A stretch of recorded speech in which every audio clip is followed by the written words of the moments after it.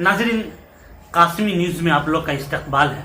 आइए, जैसा कि आप हज़रात को मालूम है कि 20 मई को सुप्रीम कोर्ट के अंदर जो फैसला आना था वक्फ अमलाक के सिलसिले में, सुप्रीम कोर्ट के में बहस होने के बाद क्या रद्द अमल आया है, उसी के ऊपर गुफ्तगू करूंगा और सुप्रीम कोर्ट के वकील का क्या कहना है।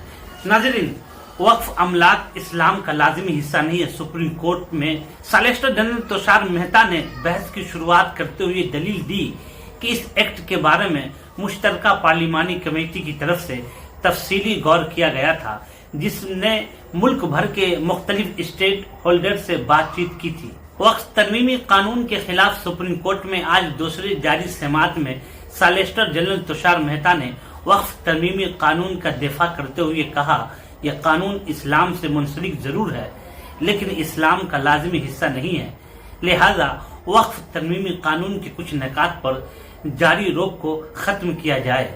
नाजरीन, सुप्रीम कोर्ट ने 3 घंटे से ज्यादा वक्त तक हुकूमत की तरफ से वक्फ तरमीमी कानून 2025 पर किसी भी शक पर रोक की मुखालफत करने वाली दलीलें सुनी। Chief justice of India CJI-BR गवाई जस्टिस AG मसीह ने ये दलीलें सुनी।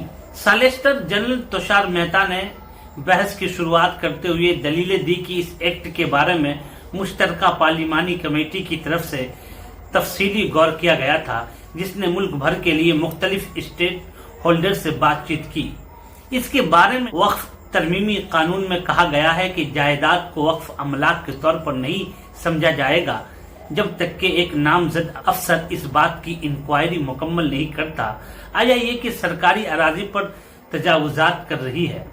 इसके बारे में मेहता ने कहा कि इस शर्त का मतलब सिर्फ ये है कि रियूनियो रिकॉर्ड में इंदराज किया जाएगा और कहा कि टाइल का सवाल सिर्फ अदालत ही तय करेगी, लिहाजा इस दलील की कोई बुनियाद नहीं है। हुकूमत एक तरफा तौर पर वक्फ अराजी पर कब्जा कर सकती है।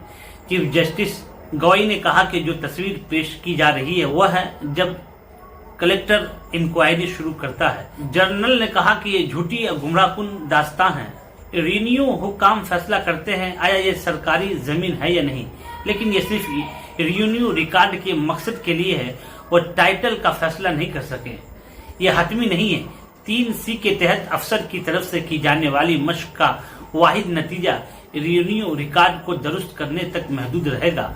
मैंने यह हलफनामा पर कहा है कि अर्जी गुजारों ने एक्ट के सेक्शन 3C के ज़ाब्ते के बारे में खदशात का इजहार किया था, जिसमें कहा गया कि जायदाद को वक्फ अमलाक के तौर पर नहीं माना जाएगा जब तक कि एक नामजद अफसर इस बात की तहकीकात मुकम्मल नहीं करता या ये सरकारी आज़ादी पर तजावुजात कर रही है।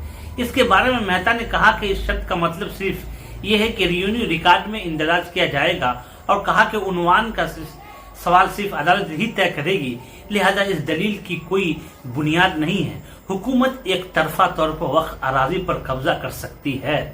सॉलिसिटर जनरल ने कहा कि सिर्फ नतीजा यह है कि रिन्यू रिकॉर्ड दुरुस्त किया जाएगा। उनकी तरफ से दोहराई जाने वाली दलीलें ये है कि यह शक वक्फ के थोक पर कब्जे की इजाजत देती है। ये गुमराहकुन है। नामजद अफसर जायदाद का हतमी तायन नहीं कर रहा है, सिर्फ रिन्यू रिकॉर्ड अपडेट किया जाएगा।